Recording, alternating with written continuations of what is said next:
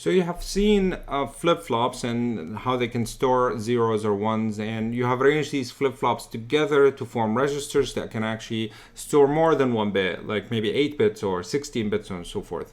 In this module, what we're going to be covering is a little bit of a more efficient way to store larger amount of data without necessarily using flip-flops, and these are what we call memory arrays. So regardless of the memory array we're going to be seeing is, I want you to know the following, that these memory arrays are generally arranged in 2D arrays. So you have a bunch of rows and a bunch of columns. So these are rows and these are columns, of course, you can have them. Okay, the way you store a single bit within these different memory arrays, the physical electronic components that you actually construct, or the way you're actually storing the ones and zeros, is what distinguish between the different types of memory. However, all of them, regardless of the type, you can actually interact with them in the same way. So how do you interact with them? Well, generally speaking, you specify some sort of an address, okay, like certain patterns of ones and zeros, and you have n bits in here. So let's assume that here what you did is you decided, like, okay, I want 1010, basically row number 5. Okay, what you're doing is you're going to go in here and going to tell me 1, 2, 3, 4, and 5. That's basically the row I'm interacting with. You activate that particular row, and now you can interact with that particular row in here. So interacting or accessing that particular row, I mean, you can either read from it or write into it. And you usually do the read or write through something we call a data port. And in this particular case, I have m particular bits. Okay, so the output is m bits. That means I have 1, 2, 3, 4, all the way to m columns.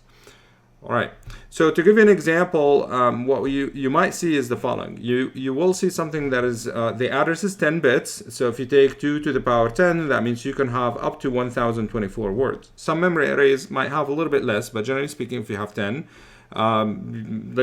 you're going to have up to 1024. And that basically goes from 0, 1, 2, all the way to 1023, which is 2 to the power n minus 1, okay? All right, so generally you can see that these memory arrays will be referred to as 1024 because they have 1024 rows times, and it depends on the number of bits that the data port has. So in this particular case, the data port is 32 bits. So this one here is usually called 1024 times 32. You can actually specify that it's 1024 word times 32 bit, or you can just write it as 124 times 32 bit. And if you think about it, a 1024 is generally it's kilo, and this one here is bit. So this here specify a 32 kilobit memory array. And that's basically what it specifies. Okay, so let's see an example of how we can actually access, and let's start with the read. How can we access a certain memory row, and how does this happen? So what I have in front of me here is the following. I have an array, and this particular array, for the simplicity, I basically chose a very small one. You can see that this particular array has 1, 2, 3, 4, so I can say that it's basically 4 times, and it is 1, 2, and 3 basically bits. So it's 4 times 3 array. Okay, so sometimes these 4 and the 3 have different terms. So you can see that the number of rows you have for a memory array is called depth. So you usually say, okay, I want depth times, and the number of bits for each word is actually width. Okay, and I called it word now, which is a row. So generally speaking, a row has multiple bits. In this particular case, it's 3. I can say that each row is a word, and that word is constructed using 3 bits, okay, or a 3-bit word. So how do I actually get access to a certain particular memory location? Let's assume that I want to read something, and whatever I want to read, let's say that I really want to read this particular row in here. So what you do is you say, okay, well, its address is 01, so I'm going to put 01 on the address, and then after a certain period of time and after certain signals, in a very simplistic way, you're going to see that the 110 gets out on the data port, and this way you actually read that particular location in the memory array. Similarly, you can see that maybe you want to write into a specific memory location. So I'm going to do this in green, and let's assume that I really want to write in this particular memory location, which is 11.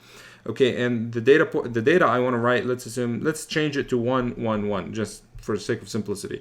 So what you do now, I don't need these anymore. I'm actually writing. So you can see is 111. You specify, generally speaking, you specify the data first, and then you give it the address. Okay, and effectively what you're doing is you're overwriting this particular location by 111. Okay, and that's basically you wrote into that particular row or over that word. And this is how you interact with these memory arrays. Of course, this whatever I showed you is a very simplistic way. You might have enable signals, write enable, write read enable, whatever you want to do, but in general, this is how we do it. So all of these memory arrays, they differ. The technology is different by the way you actually construct or the way you actually store each one of these bits. And what we're going to do is we're going to assume that each one of these bits is stored in what we call a bit cell. Okay, so we have a bit cell, and the bit cell can actually store 1 and 0. And the different types or the different electronics or physical elements that construct that bit cell will constitute a different memory. So we're going to see RAM and ROM and so forth. Okay, so how do I get access to a certain bit cell? And the bit cell could be flip-flop if I wanted to. Well, what you need to do is you need to activate that bit cell, and then you can access it. So how do I activate it? What you're going to see shortly is these bit cells are going to be arranged in a 2D array. And in order for you to activate certain bit cells, what you do is you activate something we call a word line. Okay, so we're going to have a word line in here, and that word line, it will have other bit cells connected to it too, and these bit cells will form the whole row. But for now, what I want you to know is that particular word line, what it happened is actually it activates that particular bit cells and potentially more. Okay, but let's assume for the sake of simplicity, we're just like taking a look at one of them. Okay, so it's activated. By activating it, meaning it is actually allowing it to go its inputs or outputs through the bit lines in here.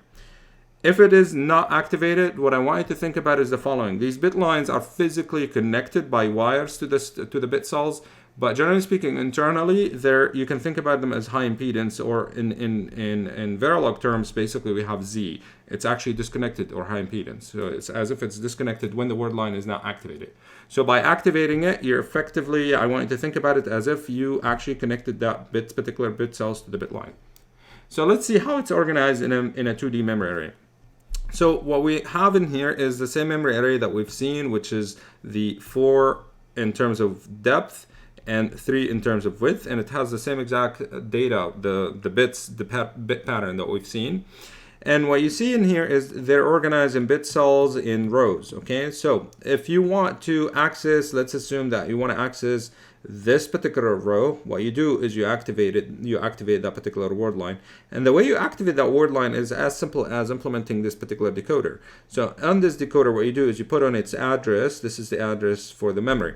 Okay, you put 1, 0, and what happens is, like, if you remember, a decoder is just activate one of its outputs. So it will activate this output, and it will assert it. Let's assume it's 1. So you're going to see that 1 will be on this wire, and 1 will activate this particular bit cell, this particular bit cell, and this particular bit cell. And now I can access it. So if I was reading, all you're going to see is the following. You're going to see that these particular patterns here, which is 1s and 0s, will just basically that 1 will be here, that 0 will be here, and that 0 will be here. And I'll take these to the data port that I have, and I have effectively read that particular row or that particular word from the memory cell. Similarly, you might have something that you want to write into this particular location. Maybe you want to overwrite this one, and what we did is we wrote 1, 1, 1 in here. So what you do is the following. You put 1, 1. That effectively activates this particular word line. So you're going to see that this one here activates. So it activates this particular bit cell, this particular bit cell, this particular bit cell. However, if we do it this way, it will technically read whatever on the data port is. This is why we should probably just put whatever we want first. So what I want to do here is I want to put 1, 1, and 1. And then I will actually put the 1, 1 address in here, which activate that, and it activates in here and connects it. And what you can see is this particular line in here gets in, this one gets in here, and this one gets in here, and now you can actually overwrite this particular material in here or that particular row. Okay, so this is how we read and write into memory location. So in general, what I want you to look at it is I want you to look at it this way. You're effectively interacting with this memory array in the following manner. What you have is you have a big box in here. Okay, and you can think about it, you have an address port in here and a data port in here. Of course, in the read and write, I wrote 1 here and 1 here, but it's the same, effectively it's the same. It's the same wire, whether you read it from the top or the bottom. I just basically, for simplicity and to distinguish, I wrote it in the top and the bottom. So the memory cells we have, or the memory arrays we have seen, they constitute just one port. You can either read or write into that one port. You can't do both at the same time. And as it turns out, is you might have a memory array that you can access in several ports. And a port actually is a way to access that memory port. So in this example, what I'm showing you here is I'm hiding the 2D array inside. I'm hiding all the details and all the decoders and whatnot. What I want you to know is the following. This particular memory port or memory array has several ports. So I have a port called A1, or port 1, let's call it, and that particular port 1 I'm actually reading. So you specify a certain address in here, it will put that data that you read from that particular address in here. And you might have another one in here, you put a different address and you're going to read it in here. And these two happen at the same exact time. So you're reading simultaneously completely different two rows. And at the same time, you might also want to write, so this particular memory port also have a third port, which is A3 or port 3, and you specify basically the data you want to actually write, you put it in here, and then you specify the address you want to write, and then what you do is you issue a write enable. So the write is a little bit different than the read. This is what you're going to see shortly, and in that it has a write enable. So you specify the address. When the address is ready, when the data is ready, then you issue a write enable, a very short write enable, which overrides that particular memory array that you want. All of this particular memory array has 3 ports. It's called a 3-port memory array, and the reason why is because it has 3 ports: 2 read, as you can see in red, and 1 write, as you can see in blue.